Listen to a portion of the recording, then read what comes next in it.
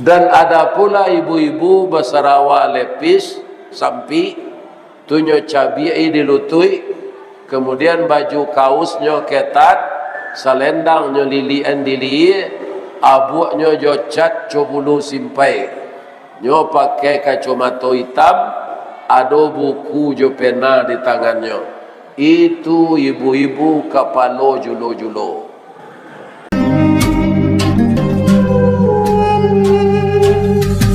Assalamualaikum warahmatullahi wabarakatuh. Ampe angke jo Tanjung Alam singgah ke pasar Bukit Tinggi, siananlah menjawab salam, insya Allah disayangi de ilahi. Alhamdulillahi Rabbil Alamin, wassalatu wassalamu ala ashrafil mursalin wa ala alihi wa ashabihi ajma'in. Amma ba'du, faya ayyuhal muslimun al-hadirun, qala Allah subhanahu wa ta'ala fi kitabihil karim, a'udzu billahi minasy syaithanir rajim, bismillahirrahmanirrahim. Mathalul ladzina yunfiquna fi sabilillah kamathali habba ambatad sab'a sanabil fi kulli sumbulatin mi'atu habba. Qala Rasulullah sallallahu alaihi wasallam, inna as-sakhiya qaribun minallah wa qaribun minan nas wa qaribun minal jannah wa ba'idun minan nar. Wa innal bakhila ba'idun minallah wa ba'idun minan nas wa ba'idun minal jannah wa qaribun minan nar. Rawahul Muslim. Yang dihormati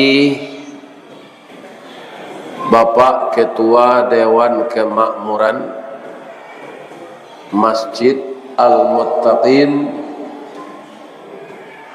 Ukui, Kabupaten Pelalawan, Provinsi Riau.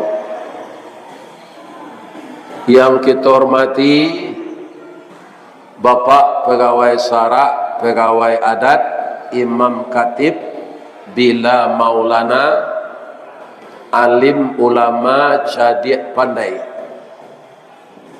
Bapak Kamtibmas, Bapak Babinsa, Bapak dan Ramil, Bapak RW dan Bapak RT, seluruh tokoh-tokoh masyarakat yang diamanahi oleh rakyat untuk memimpin suatu organisasi. Semoga seluruh nama yang saya sebutkan tadi diberi kesehatan oleh Allah, diberi kesempatan oleh Allah menjalankan tugas sesuai dengan amanah yang diterima. Amin. Kemudian yang tidak kalah pentingnya, ibu-ibu. Ada ibu-ibu yang suaminya masih dinas di kepolisian. Itu namanya ibu-ibu bayangkari. Ibu-ibu yang suaminya masih jadi ASN, baik kepala bidang, kepala biro, kepala dinas, itu disebut ibu-ibu PKK dan Dharma Wanita. Ada pula ibu-ibu yang baju seragamnya sama dengan bapak ini, itu seragam seluruh Indonesia, namanya ibu-ibu BKMT, Badan Kontak Majelis Taklim. Ada pula ibu-ibu dari organisasi Islam, organisasi Muhammadiyah, namanya ibu-ibu Aisyah.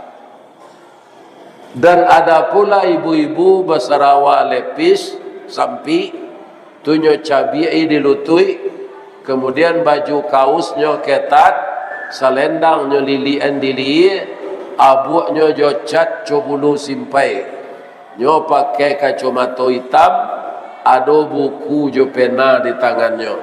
Itu ibu-ibu kepala julo-julo. Kesemuanya itu kita doakan sehat walafiat. Amin ya Rabb. Juga yang tidak kalah pentingnya, anak muda kami, generasi muda, parik paga di dalam kampung, pamaga koto jonagari, pembangkit batang tarandam, papuih malu di kaniang, panjawek kato tengah medan. Semoga anak kami yang muda-muda giat belajar, jangan tinggalkan salat, jauhi judi dan narkoba, jangan bosan menuntut ilmu. 10, 20, 30, 100 tahun yang akan datang, kalau hari belum kiamat, kalianlah yang akan jadi ketua MUI. Di tangan kalian estafet kepresidenan, dan kalianlah yang akan memimpin Indonesia ini masa depan. Jadi gubernur, jadi bupati, jadi wali kota, jadi ustadz, jadi ulama. Maka ananda jangan bosan belajar. Terutama yang akan dipelajari adalah ilmu agama Islam. Kenapa? Karena titel-titel yang kita dapatkan melalui akademik itu tidak akan ditanya oleh malaikat di kubur. Ya kan? Man titeluka, apa titel engkau? Dan engkau lepas perguruan tinggi mana? Jangankan itu, Pak, orang terdekat dengan kita tidak ditanya oleh malaikat. Siapa orang terdekat dengan kita? Istri kita. Itu yang terdekat dengan kita di dunia ini. Anda akan ditanya oleh malaikat, man rabbuka, man nabiyuka, man imamuka. Itu tidak ada man binituka. Nah. Jadi bini kita tidak akan ditanya oleh malaikat. Untuk itu banyaklah rajin-rajin, oi ananda generasi muda, baik yang laki-laki maupun perempuan, rajin menuntut ilmu agama. Mudah-mudahan kalian menjadi ulama masa depan yang terkenal di bumi lancang kuning ini. Amin. Ya. Lai sehat saya ibu-ibu? Lai. Kata beliau bapak protokol tadi, kalau jawab bahasa Minang saya mau, siko banyak campur aduk kita bangsa suku. Saya akan usahakan berbahasa Indonesia, tapi saya selingi dengan bahasa Minang. Patah Inang itu mengatakan, di mana bumi dipijak, di sana langit dijunjung. Maka di mana kita tinggal, bahasa setempat harus kita pelajari. Dan bahasa itu kalau kita pelajari akan mempermudah organisasi, akan memudah komunikasi, akan memudahkan segala macam yang kita inginkan. Jadi walaupun ada saudara kami dari suku Jawa, suku Bugis, suku Mandailing, bahasa Minang kau tidak sari kerajan. Kemana kama, gula gulo, celaka, cilako. Kan? Kan tak sehari kerjaan tu. Ya kan? Tapi kalau galoda, galodo. Jadi dari paparan Bapak pengurus tadi, kalau saya lihat semangat membangun fisik yang tidak dibantu oleh pemerintah. Masjid sebesar ini, saya perkirakan kaum muslimin yang tinggal di sini adalah orang-orang pemurah semua. Ini dari tahun 2017, sekarang baru 2024. Sudah begini indahnya masjid. Dan masjid ini dipindahkan dari lantai basement ke bawah ke atas. Saya diundang ngaji ke sini. Maka mungkin saya ustadz pertama yang tabligh akbar di ruangan baru ini. Benar? Tapi sudah didahului kemarin oleh khatib Jumat. Yang namanya tabligh akbar, saya yang mula-mula memakai ruangan yang baru ini. Saya doakan orang Uku ini masuk surga semua. Ya kan? Karena pemurah. Dan rezeki ibu akan diganti. Saya ingin mengambil contoh yang rasanya sangat cocok. Bapak Ibu, saya tanya kita yang ada di ruangan ini, ada enggak yang pendonor darah? Ada kan? Saya juga pendonor, Pak. Saya mulai dulu tahun 1990. Berhentinya baru tahun 2018. Karena apa? Karena saya sudah tua, tidak boleh lagi. Dan darah saya itu masih bisa diambil. HB-nya 14,5, tensi saya 120/80. Masih sama dengan anak muda tensi saya. Tetap stabil. Tapi karena usia sudah lanjut, tidak boleh lagi kata dokter. Jadi sudah berapa kali Pak Ustadz donor darah? Sudah 119 kali. Semenjak tahun 1990. Kenapa bisa sebanyak itu? Saya rutin. 3 bulan saya pergi ke PMI. Iya kan? Itu setelah saya pensiun kerja.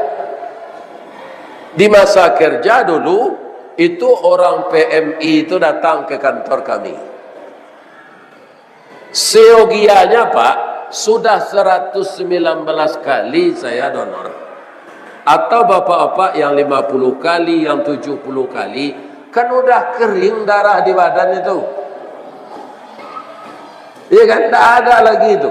Saya banyak diambil Pak. Kenapa? Saya gemuk.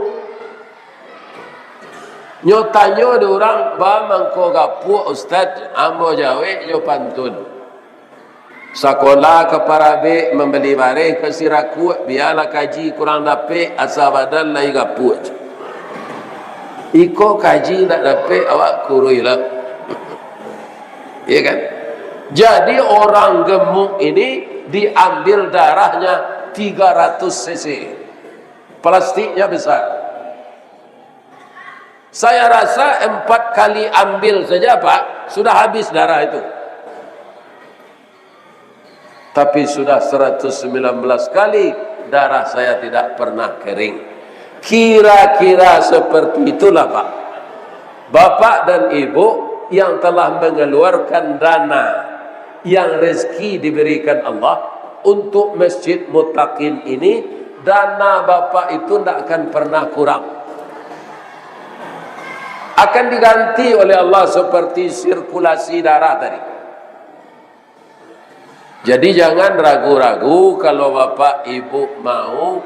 Kan semenjak maghrib tadi sudah diterangkan oleh Pak Protokol, sekarang Masjid Kina ini terhutang 1,5 miliar. Jadi keadaannya siap seperti ini, masih berutang 1,5 miliar. Pertanyaan saya pertama, ada enggak bapak-bapak yang hadir ini membayar sendirian saja? Menunjuklah saya nangka membayar PT 6,5 miliar kau. Dingin nange, dingin. Kalau separuhnya, seperempatnya, iya kan? Sekarang kita bayar bersama-sama yang 1,5 miliar ini malam ini, setuju? Saya akan ikut kalau bapak mau 2 juta seorang. 2 juta seorang, satu lombo 2 juta. Piti lah dapat petang di Teluk Kuantan ni mo. Sepakai nak kita nak datang ke membayar hutang masjid ini 2 juta seorang malam ini.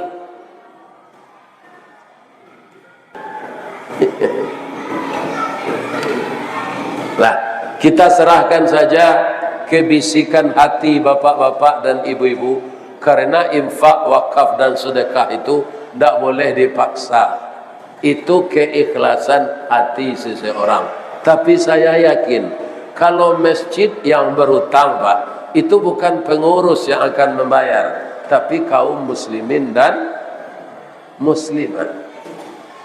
Kadang-kadang orang bapak ibu ada sedekahnya ini tidak ingin diketahui. Ada masjid di Sumatera Barat, Pak, iya kan? Ketika pengurus, kotak infaknya itu dari besi tebal, Pak, iya kan? Dibuka sesudah Jumat, ada uang 100.000 ini dilipat 10 helai. 10 helai dimasukkannya, ya, lubangnya itu agak besar, ya kan? Tapi dalam tidak bisa orang mencuri. Bertemu uang itu bapak-bapak semuanya 200 juta. Pengurus tidak tahu siapa yang berinfak ini,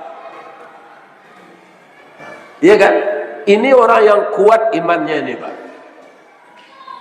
Ada juga orang berinfak ini, siapa nama, Pak? Tidak usah ditulis nama saya, tulis saja hamba Allah, tapi surean RW-nya, RT-nya, alamat rumahnya aja, itu sama saja. Tidak perlu hamba Allah, buat saja Ristawardi, rumah Boloi nomor 13, RT 2 RW 4, Kelurahan Kotoluar, Kecamatan Pau, Padang Kota. Iya kan? Nah, ini bapak-bapak. Jadi kaum muslimin, kalau orang tadi itu ikhlas tuh, Pak. Dia tidak ingin diketahui infaknya yang 200 juta itu, hanya dimasukkan ke kotak celengan saja. Ini tidak tahu pengurus, siapa nambah infak 200 juta. Iya kan? Kaum muslimin, bapak-bapak dan ibu, kekuatan infak itu apa, Pak? Kekuatan infak itu pertama, nanti kita, proses kita sesudah hidup ini kan meninggal. Setelah meninggal diselenggarakan secara Islam, dikubur. Bapak yang rajin berinfak, ya kan, didatangi oleh malaikat dari tangan untuk ditanya dan diazab. Bagaimana bunyi hadisnya? Man utia, didatangi dia oleh malaikat, orang tadi, biyadihi, dari kedua tangannya, dafa'atus sadaqah, dia dibela oleh sedekah. Kenapa tidak kamu tanya, tidak kamu azab dia dari tangan, kata Allah kepada malaikat. Orang tadi tidak bisa diazab dari tangannya Allah, karena kedua tangannya ringan berinfak dan bersedekah. Sasarannya masjid, panti asuhan, pondok pesantren yang kekurangan biaya, rumah tahfiz, anak sekolah anak yatim yang keputusan belanja, dia tanggung uang sekolahnya. Maka malaikat mundur, Pak. Tidak bisa dia mengazab dari tangan. Ya kan? Inilah kaum muslimin berkah dari sedekah itu. Kemudian bapak-bapak, orang tadi lantas dilapangkan kuburannya oleh Allah. Tersambung lahat kuburan itu dengan pintu sorga. Diperlihatkan oleh Allah pahala-pahala sedekahnya tadi. Maka orang tadi disambil bersyukur, dia menangis. Apa yang dia tangiskan? Karena banyaknya pahala sedekah itu. Misalnya dia bersedekah 1 miliar. Saya kaya dulu di dunia, kenapa tidak 5 miliar?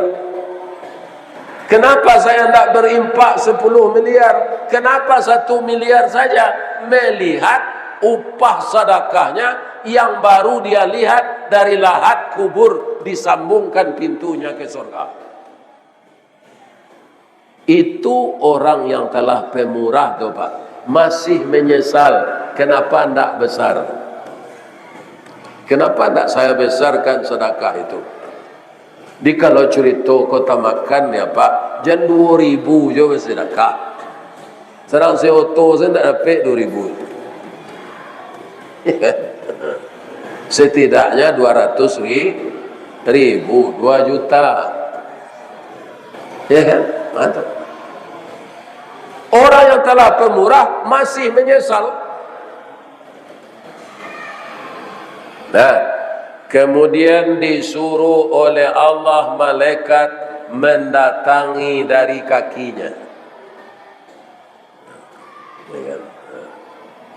Ketika datang malaikat melalui kaki, dafa'atul masiyu ilal masajid.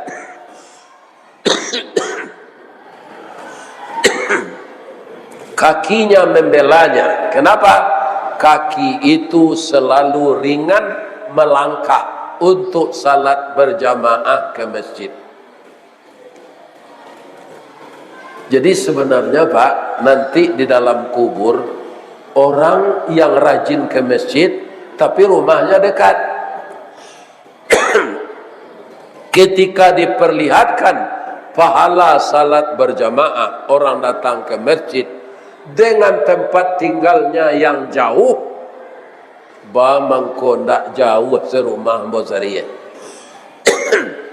Makin jauh orang mendatangi masjid ini rumahnya, makin besar pahala salat berjamaah. Jadi apa kalau tinggal di sore pagi kemari salat berjamaah, pukul 3 perak siang tu orang kek. Iya kan? Itu tak tanggung pahala. Manyasanya nanti dalam kubur. Bamang kondak jauh tempat tinggal dari masjid. Semakin jauh, semakin besar pahalanya. Dan dia tidak bisa diazab. Karena apa? Kakinya yang selalu melangkah ke masjid untuk mendirikan salat berjamaah. Apa kata Allah? Pindah ke kepalanya. Ya kan? Maka malaikat mendatangi dari kepalanya. Apa yang terjadi? Dafa'atut tilawatil Quran. Dia dibela oleh bacaan Al-Qurannya. Jadi Bapak Ibu sudah salat maghrib, ya kan? Kalau boleh saya mengusulkan ini, jangan pulang, standby saja di masjid. Tapi istilahnya tidak standby, i'tikaf. Baca-baca Quran sawa melaki Isa. Banyak tak baca Al-Quran tu, Pak. Dari sudah salat maghrib tu melaki itu Isa masuk. Adik kawan di Padang tak, Pak. Sudah salat maghrib tu pada minum.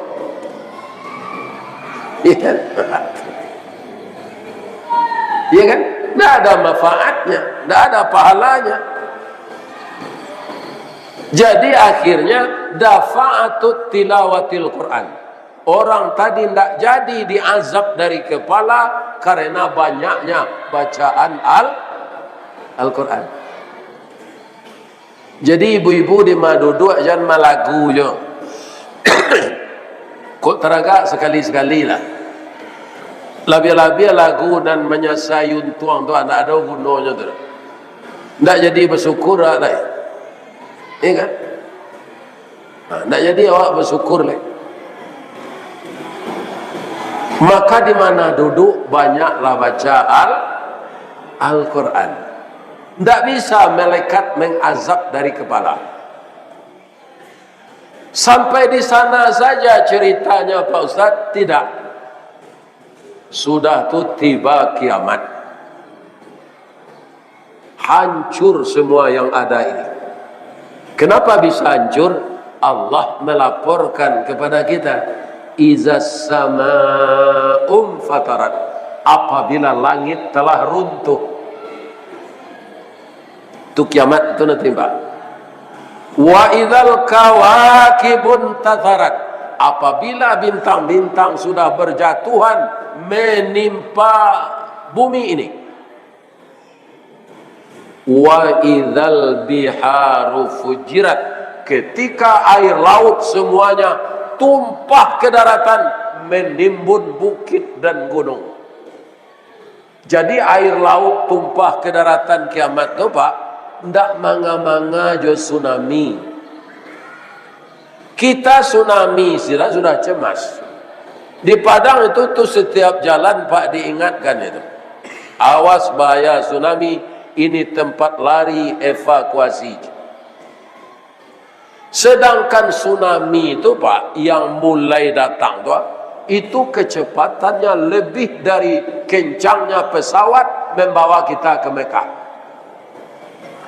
Pesawat membawa jamaah ke Mekah Pak, saya lihat di layar monitor itu, kecepatannya hanya 1100 km per jam. Sedangkan tsunami yang di Aceh kemarin itu 1600 km per jam kecepatannya. Joto awak lari tertimbunnya dah iya tu Bapak. Apa lari pakai kaki, lebih-lebih badan lah kapuk lo, parui gadang Sultan Seripado, gadang parui dari dado, apa kelari?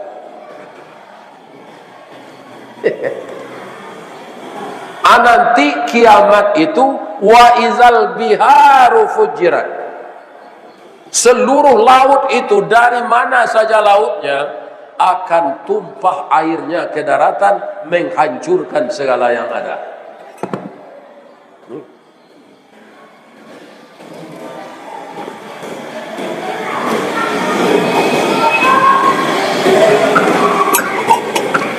Jadi sebelum itu terjadi, ya kan, karena kita masjid kita ini kita akan bersama-sama menyiapkan. Kalau orang kaya yang ingin membangun masjid sendiri Pak, dia tidak ada meminta anggawa. Itu seperti masjid yang di tepi laut di Padang tu Pak. Nyatanya saya ke pemerintah, boleh dibuat masjid tepi laut kau Pak. Tapi terpaksa Pak mandam dulu, tak ada. Jadi mendam laut itu lebih banyak uangnya habis dari membangun bangunan yang indah ke atas. Apakah orang yang membangun masjid itu, dia kedainya banyak di Pekanbaru ini Pak, Indonesia Tekstil, ya kan? Apakah miskin dia mengeluarkan uang sebanyak itu? Tidak. Dia bertambah kaya. Karena apa? Infak, sedekah itu bukan pahala saja kita diberi oleh Allah, tetapi harta kita itu diganti. Tidak ada orang pemurah yang jatuh bangkrut, yang jatuh miskin. Kalau sekarang kebun Bapak ada 2000 hektar, berapa panen sawitnya ketika berbuah? Bapak depositokan saja, dibeli emas. Tapi kita ndak amah berinfak, ndak amah berzakat, malih bersedekah. Sadang enak-enaknya uang itu disimpan di bank, ya kan? Kita dapat sakit. Diperiksa, sakit itu katanya sekarang komplikasi. Hati sakit, namanya liver. Liver itu harus makan gula untuk merekatnya. Ada pula penyakit diabetes mellitus. Itu tidak boleh makan gula. Di rumah makan Pak Nurdin di Pekanbaru lama cancang kambing. Kemudian kita udah sakit pula darah tinggi. Tidak boleh. Pindah kita ke rumah makan sederhana. Di sana ada Talua Barendo. Awak darah tinggi. Tak boleh loh. Anak boleh memakan lai kentang. Kalaulah kentang babu itu dimakan Pak pitih banyak, itu tak ada gunanya lah tu. Namanya dia teh tulata kentang duit namanya. Ya kan? Jadi simpanlah sebahagian uang sawit, uang apa saja yang kita peredarkan dalam berusaha, simpan sebahagian untuk akhirat, jangan di bank. Pak, kalau kita mati Pak, bukan harta kita saja jadi warisan. Kalau harta pasti dibagi oleh anak kita itu. Yang sangat substansial Pak, boleh aja dipakai orang. Aduh, awak meninggal, istri apa nampak tinggal tu umurnya 39 baru. Tu pinang siraiku namanya. Tuo balun mudo talampau. Iya kan? Boleh tak dia dinikahi orang lain setelah idahnya sampai? Boleh. Apalagi harta. Sedang istri kita sudah jadi janda, kita mati, boleh dinikahi orang lain. Anjo cari lo, ilakinya yang kedua tu pacar dulunya, pacarnya nan putui dulu. Anjo bawa ke rumah awak rancak bagus. Alalok dia tepek tidur awak. Tunjuk agihan, iya kan? Tabuangan deposito tu sertifikatnya dek bini awak kau ke laki barunya tu. Laki barunya tu ganteng. Awak itu sedari kubur mencelia.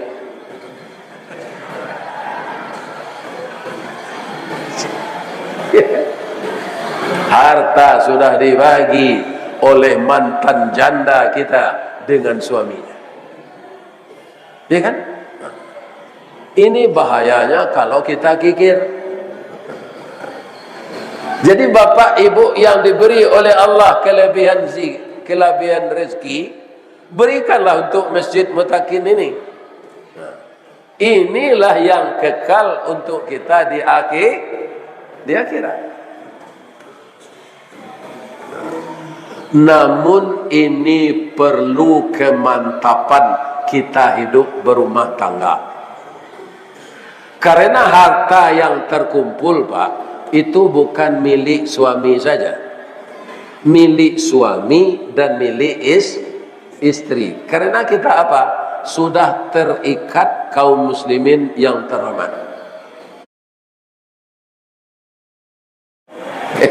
Nah, aku ketidianglah jalan bu.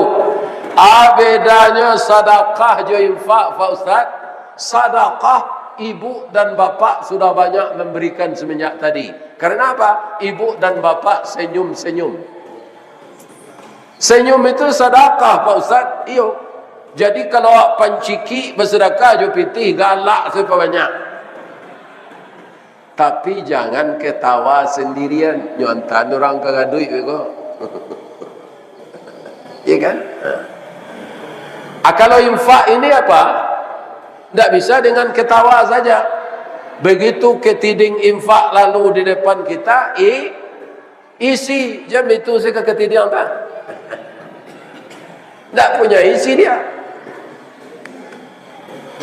Ya, berapa kita ada uang, pokoknya kita ikut berpartisipasi. Semakin indah Masjid Mutakin ini Pak, semakin asri bangunannya, semakin tentram Bapak beribadah di sini. Ya kan? Tapi kalau Bapak sekarang sepakat semuanya, tidak jadi 2 juta, mau turunanlah 1 juta. Tapi sepakai awak sadonya, embo 1 juta. Pindah dong itu harus 1 juta tuh. Kecuali anak sekolah gua. Anak sekolah gua agaknya gift ranjo saja lagi emak. Ya kan? Mau enggak 1 juta? Supaya bisa terkumpul agak banyak. Pak, labi-labi apa lah dia gih kue, je ndak infak lo. Kecil Pak ndak balik kue tu. Ya kan? Jadi kue itu pemancang awak tu Pak.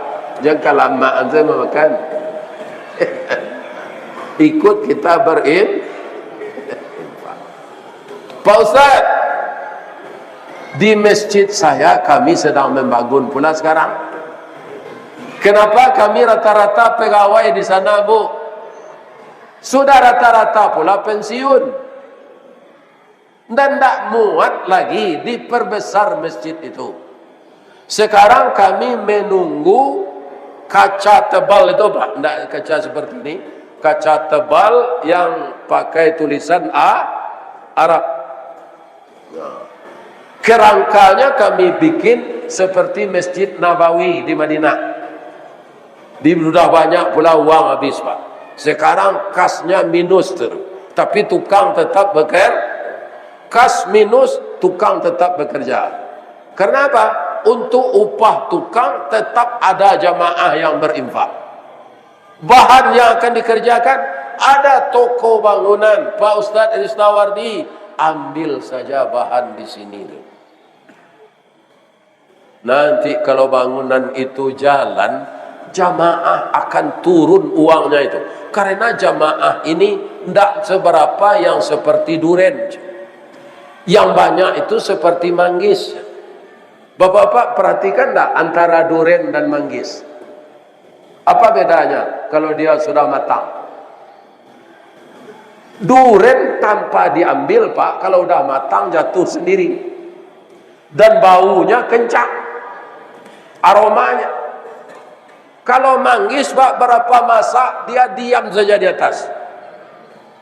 Kalau tidak diambil, tidak dikasih dia tidak turun. Malah buahnya itu disembunyikan oleh daunnya.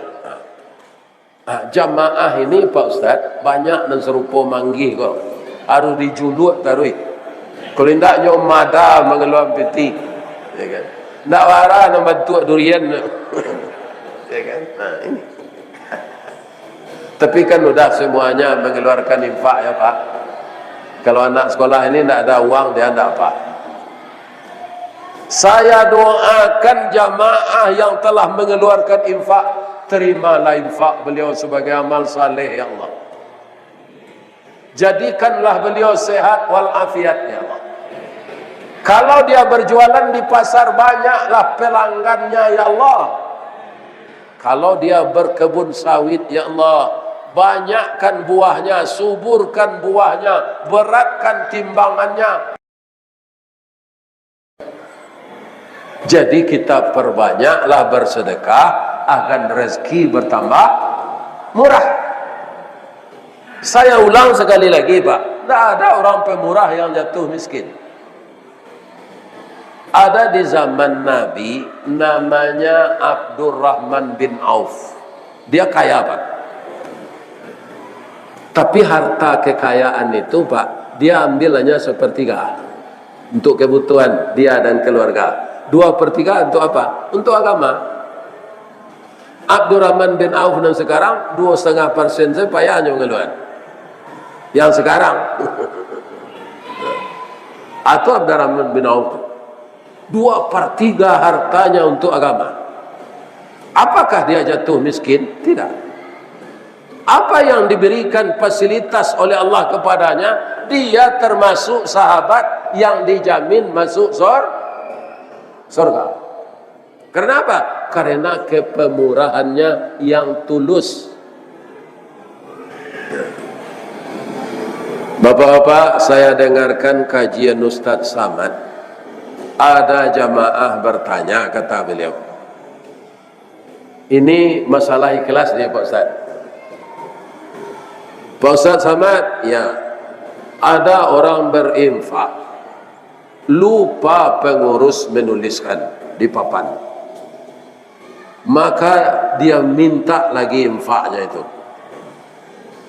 Bagaimana hukumnya Pak Ustaz? Jawab Ustaz Samad, itu orang yang telah mengeluarkan dahaknya, air ludahnya, dijilat lagi. Ya kan? Ini Pak. Jadi betul-betul ikhlas. Walaupun tidak dituliskan oleh pengurus infak kita Pak, di papan whiteboard, itu Allah dan malaikatnya sudah menuliskan di Lauhul Mahfuz.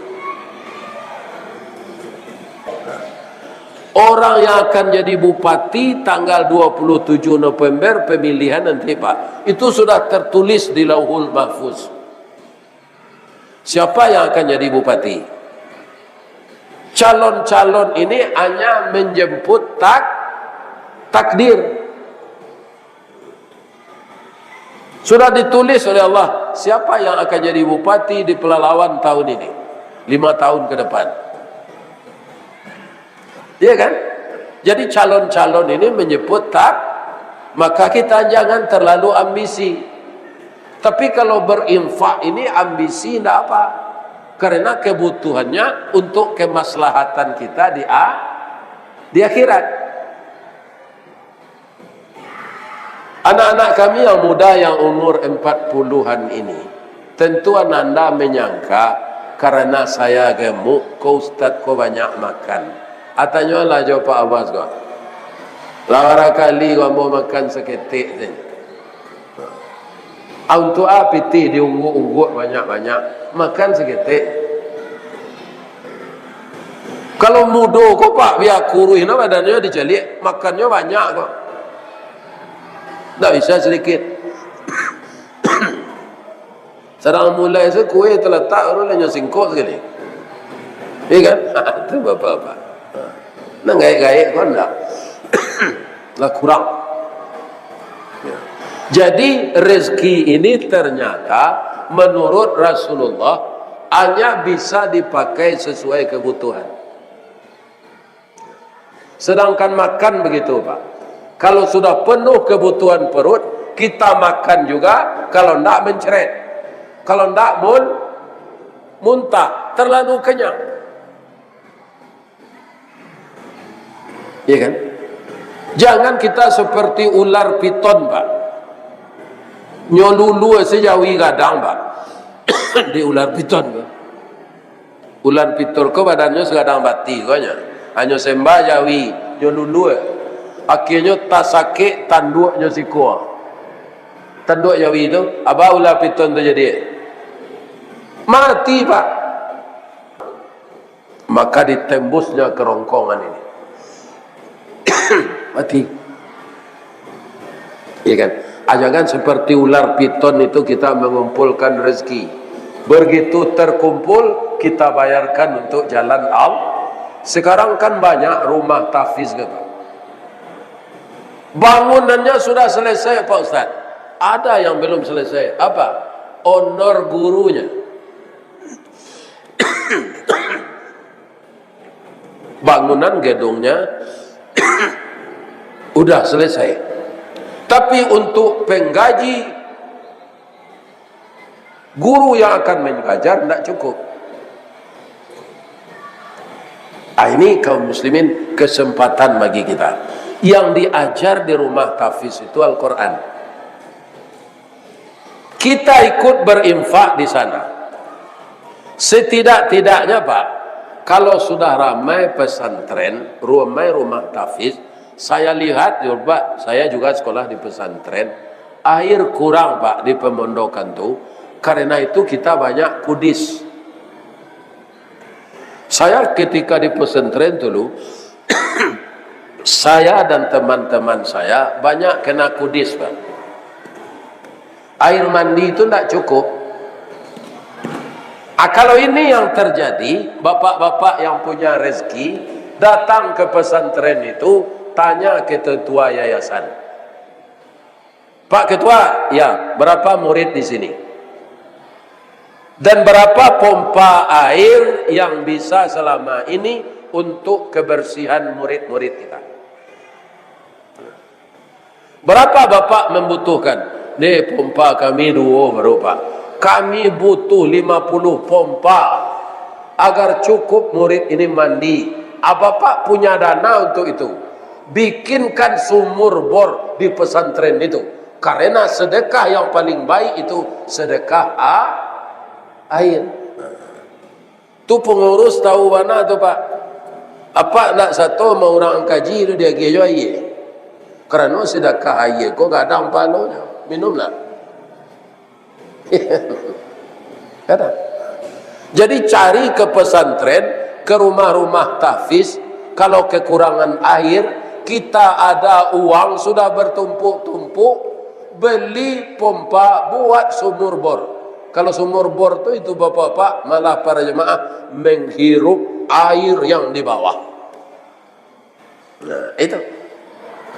Jadi banyak caranya untuk menjadikan kita banyak dapat pahala untuk di hari akhir.